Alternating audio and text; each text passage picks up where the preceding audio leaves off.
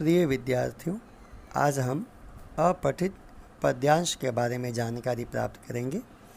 अपठित पद्यांश गद्यांश की ही तरह होता है। पद्यांश कविता का अंश होता है और गद्यांश लेख, निबंध, कहानी का अंश होता है। दोनों में ही ध्यान रखने वाली बात ये होती है कि इनको कम से कम 2 या 3 बार पढ़ना चाहिए और उत्तर जो है वो गद्यांश या पद्यांश में से ही देने का प्रयास करना चाहिए। लेकिन ध्यान रखें बच्चों, लेकिन महत्वपूर्ण बात यह है कि उत्तर अपनी भाषा में, अपने वाक्यों में देने चाहिए। जब हम गद्यांश या पद्यांश को पढ़ते हैं तो कभी कभी उत्तर एकदम जैसा वाक्य पूछा गया है वैसे का वैसा भी मिल जाता है, तो हम उसे वैसा का वैसा लिख सकते हैं।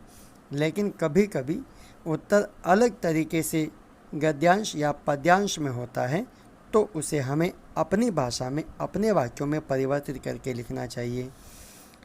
पद्यांश में और गद्यांश दोनों में ही इनका टाइटल, इनका शीर्षक, इनका नाम पूछा जाता है। जैसे किसी पाठ का नाम होता है तो हमेशा ध्यान रखें, किसी भी गद्यांश या पद्यांश यानी कि किसी कविता का या लेख का जो मूल भाव होता है वही उसका टाइटल होता है। ये जिस भाव या विचार पर होते हैं वही इनका नाम बन जाता है।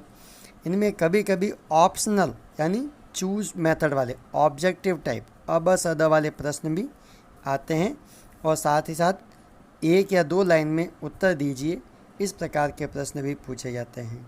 इसके अलावा जो हम बचपन से पढ़ते आ रहे हैं, उपसर्ग, प्रत्यय, पर्यायवाची, विलोम शब्द, भाववाचक संज्ञा बनाना, पहचानना, संधि विच्छेद करना, समास बताना इत्यादि, इस प्रकार के शब्द भी लिखे जाते हैं, इस प्रकार के प्रश्न भी पूछे जाते हैं। हमें ध्यान ये रखना है कि विलोम शब्द व पर्यायवाची कभी कभी तो निर्देश दिया हुआ होता है कि इसी में से लिखें, और कभी कभी निर्देश नहीं होता है तो हमें अपने मन से अपने आप लिखने चाहिए। आइए अब हम एक पद्यांश देखते हैं। पद्यांश आपके स्क्रीन पर है। नदी को रास्ता किसने दिखाया? सिखाया था उसे किसने कि अपनी भावना के वेग को उन्मुक्त बहने दे। उन्मुक्त का तात्पर्य स्वतंत्रता से, अपनी मर्जी से, कि वह अपने लिए खुद खोज लेगी सिंधु की गंभीरता, यानी सागर में जाकर मिलेगी, स्वच्छंद बहकर, मुक्त बह करके अपने आप से। इसे हम पूछते आए युगों से और सुनते भी युगों से आ रहे उत्तर नदी का। नदी ने क्या उत्तर दिया?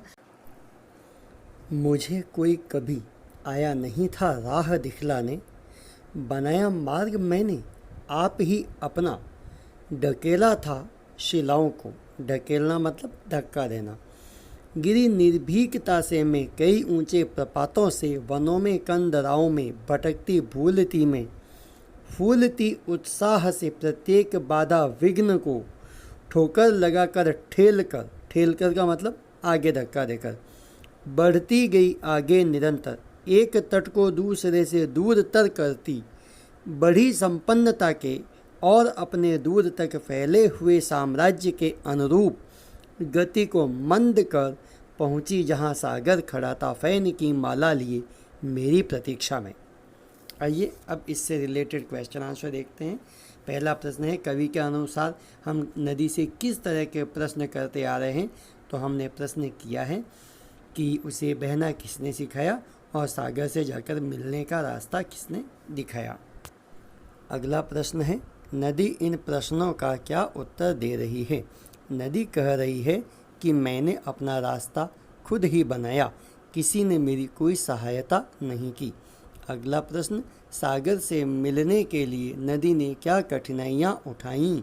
सागर से मिलने के लिए नदी वनों और गुफाओं से होकर बहती हुई आगे बढ़ी। उसने बाधाओं और मुश्किलों को ढकेला और उत्साह के साथ आगे बढ़ी। यहाँ आप समझ सकते हैं कि उत्तर अपनी भाषा में लिखा गया है, अन्यथा कविता की भाषा में हम जैसा है वैसा का वैसा भी लिख सकते थे, लेकिन उस पर अंक पूरे प्राप्त नहीं होते हैं, इसलिए उत्तर अपनी भाषा में लिखना चाहिए। अगला प्रश्न, इस संघर्ष में नदी को क्या प्राप्त हुआ? इस संघर्ष के कारण नदी आगे बढ़ती हुई संपन्न होती चली गई और सागर से जा मिली। सिंधु शब्द के 2 पर्यायवाची लिखिए। समझने वाली बात यह है कि सिंधु यानी समुद्र के पर्यायवाची इस कविता में नहीं दिए गए हैं। सागर और जलधि तो हमें अपने आप लिखते हैं। परीक्षा में बच्चे पूछते हैं कि सर हम कैसे लिखें, तो बेटा ये अपने आप लिखने होते हैं। आइए अब हम एक नई कविता का उदाहरण देखते हैं।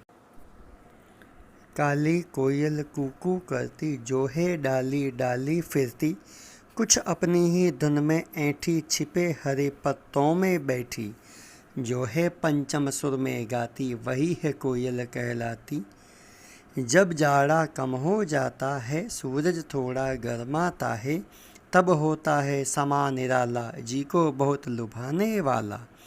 पेड़ हरे सब हो जाते हैं, नए नए पत्ते आते हैं, ऐसी हवा बहने लगती है, दिशा महकने सब लगती है, तब यह होती है मतवाली, कूद कूद कर डाली डाली, अजब समा दिखला देती है, सबका मन हर्षा लेती है।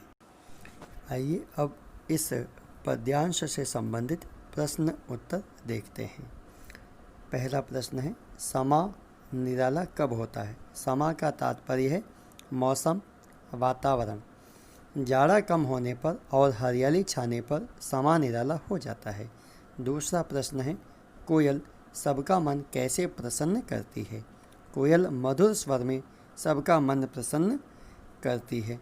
तो उत्तर हमें अपनी भाषा में लिखने चाहिए। अगला प्रश्न है, कोयल कैसे गाती है? कोयल कू कू कर पंचम सुर में गाती है। पद्यांश में से कोयल के लिए प्रयोग किए गए 2 विशेषण शब्द लिखिए। कोयल कैसी है? काली और मतवाली। मैंने पहले भी कहा था निर्देश में, इसमें लिखा हुआ नहीं है, लेकिन मैंने बताया था कि जो हम लोगों ने छोटी कक्षाओं में पढ़े होते हैं व्याकरण, उससे संबंधित प्रश्न भी पूछे जाते हैं। तो इसमें देखिए कोयल की विशेषता पूछ ली गई है कि उसे क्या बताया गया है। इस पद्यांश में किस ऋतु के बारे में बात की जा रही है?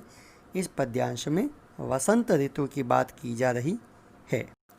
आइए अब हम एक और उदाहरण देखते हैं। अभी जो हमने कुछ समय पहले पद्यांश पढ़ा था नदी वाला, उसी से संबंधित है। आपके स्क्रीन पर है, आप इसे पढ़ें। इसे हम पूछते आए युगों से और सुनते भी युगों से आ रहे उत्तर नदी का, यह भी हम लोगों ने पढ़ा था। इससे संबंधित प्रश्न और उत्तर इस प्रकार हैं। पहला प्रश्न है, नदी का मार्ग किसने निश्चित किया? नदी का मार्ग स्वयं नदी ने सुनिश्चित किया। दूसरा प्रश्न, मार्ग में नदी किन किन से मिलती है?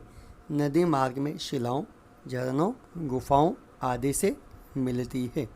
अगला प्रश्न, कविता से क्या सीख मिलती है? कविता से यह सीख मिलती है कि निर्भय होकर हमें अपने जीवन का मार्ग और लक्ष्य चुनना चाहिए और आगे बढ़ना चाहिए। देखिए कक्षाओं के अनुसार, और क्योंकि हम लोग पहले पढ़ चुके हैं, उससे संबंधित प्रश्न आते हैं। यहाँ दिया है, निर्भीकता का वर्ण विच्छेद कीजिए। न, इ, र, भ, ई, क, अ, त और अंत में आ। अब एक और ऐसा प्रश्न जो हमारे पूर्व में पढ़े गए हमारे ज्ञान को और हमारे अधिगम को चेक करता है, जांचता है।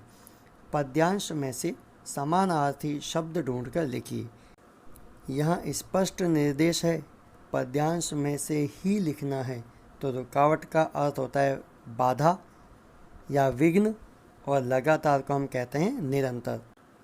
ये शब्द पद्यांश में दिए हुए हैं।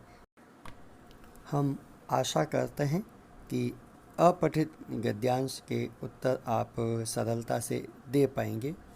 और ध्यान रखें, इसमें टाइटल वाला प्रश्न नहीं पूछा गया है, लेकिन परीक्षा में पूछा जा सकता है। धन्यवाद।